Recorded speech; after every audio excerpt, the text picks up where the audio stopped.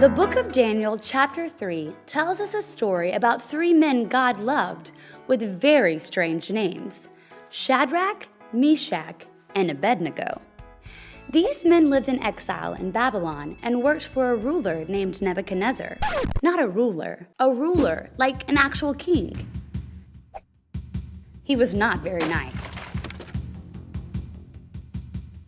Anyway, he made a statue. It was not made out of clay, it was a statue. Closer, but it was made of gold. Close enough. So King Nebuchadnezzar made a golden statue and said that whenever anyone heard the sound of music, he had to bow down to the statue.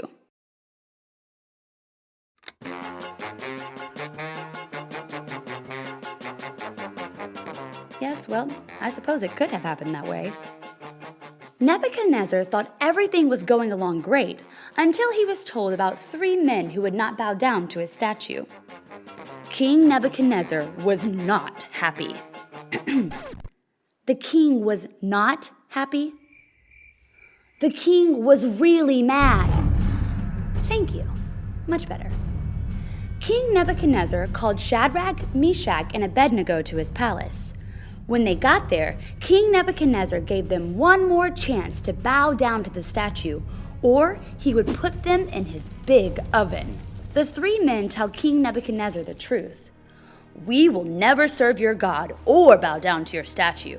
If you throw us in your big oven, God will be able to save us. But even if God does not, we will still not bow down to your statue." The king got really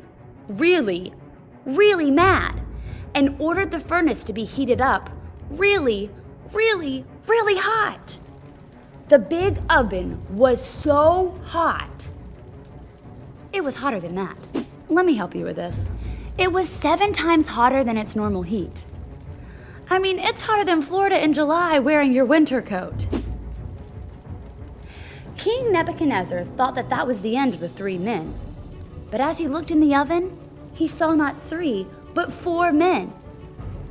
He thought he may need a new pair of glasses, so he asked someone, "Didn't I throw 3 men in there? Then why do I see 4 men and one that looks like a god?" King Nebuchadnezzar called for them to come out of the oven. When they came out, the king noticed that not a hair or any part of their clothing was burned.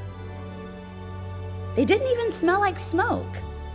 King Nebuchadnezzar declared, "May the God of Shadrach, Meshach, and Abednego be praised. He sent his messenger to rescue his servants who trusted him. They ignored my order because they wouldn't serve or worship any god but their God. I now issue a decree to every people, nation, and language.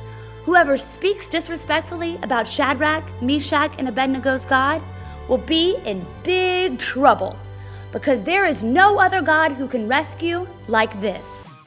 Then, instead of making them a part of the barbecue, King Nebuchadnezzar promoted all of them and gave them better jobs in his kingdom.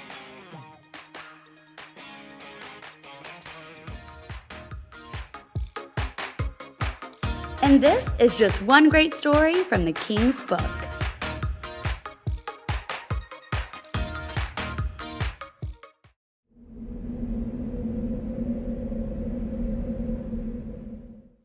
Hey, Knights. Hope you guys are having a great day.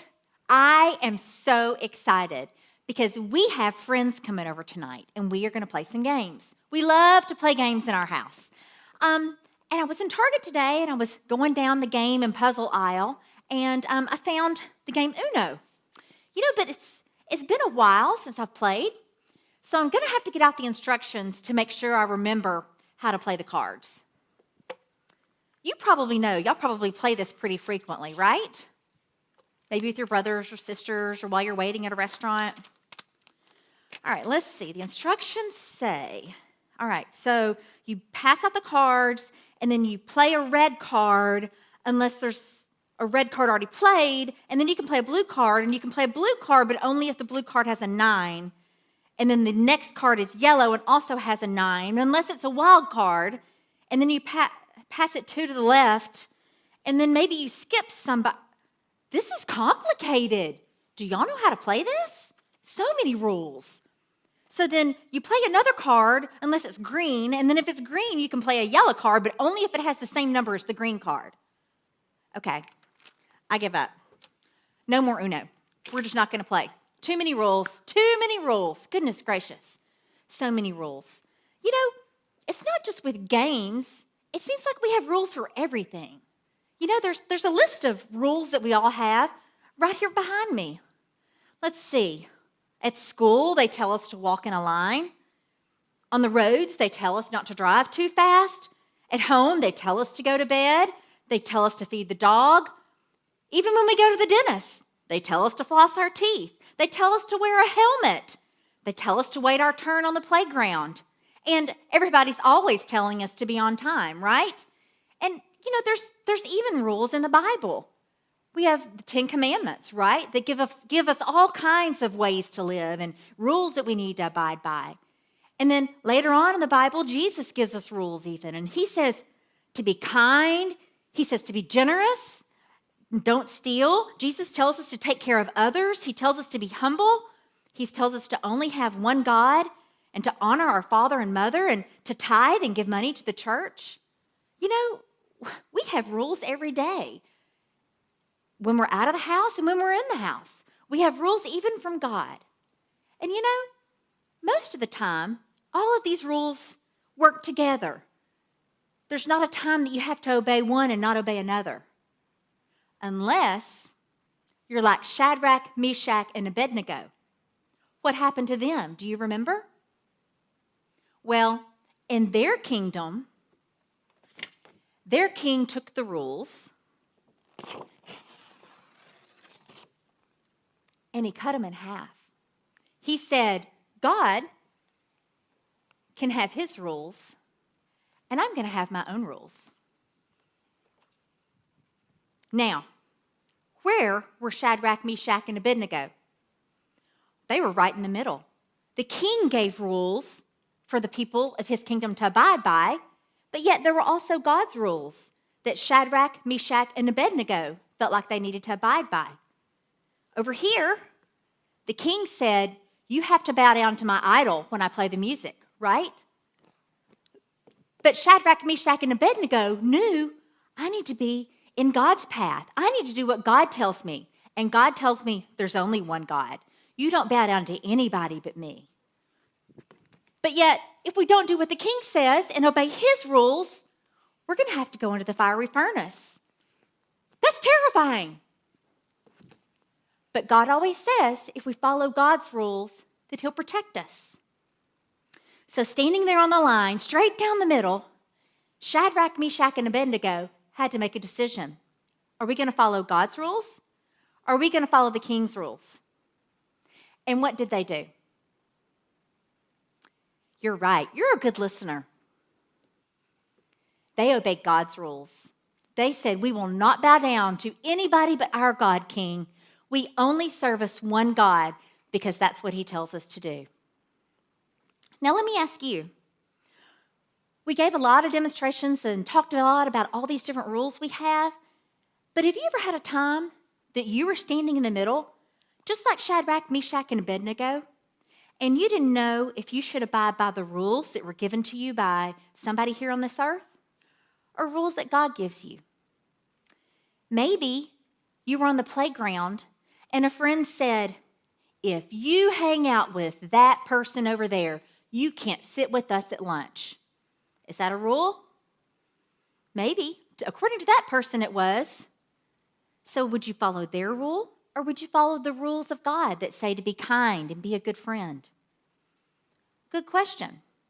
What if you're standing in the middle and you have a friend over to spend the night, and your friend says, hey, I know it's bedtime, but let's stay up just a little bit later and watch one more movie. Are you going to follow the rules of your friend or do what they suggest to do? Or are you going to follow the rules of God that say to honor your father and mother and to obey the rules that your parents set and to do what they think is right? It's up to you. It's a tough call. But I know that based on the lessons you learn here at Vacation Bible Camp and based on studying the Word of God, that when the time comes to make a decision to follow the rules of the world or to follow the rules of God, I know you'll be prepared to make the right decision.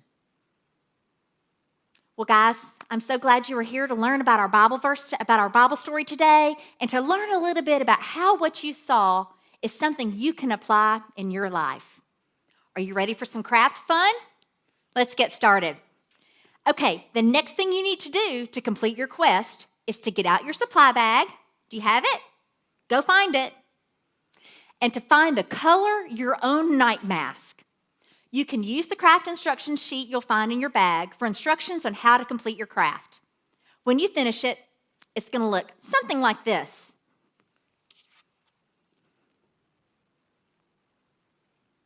After you've finished your mask, look in your student book and complete the activities for lesson 1. We hope you have a great day, and I cannot wait to see you again tomorrow.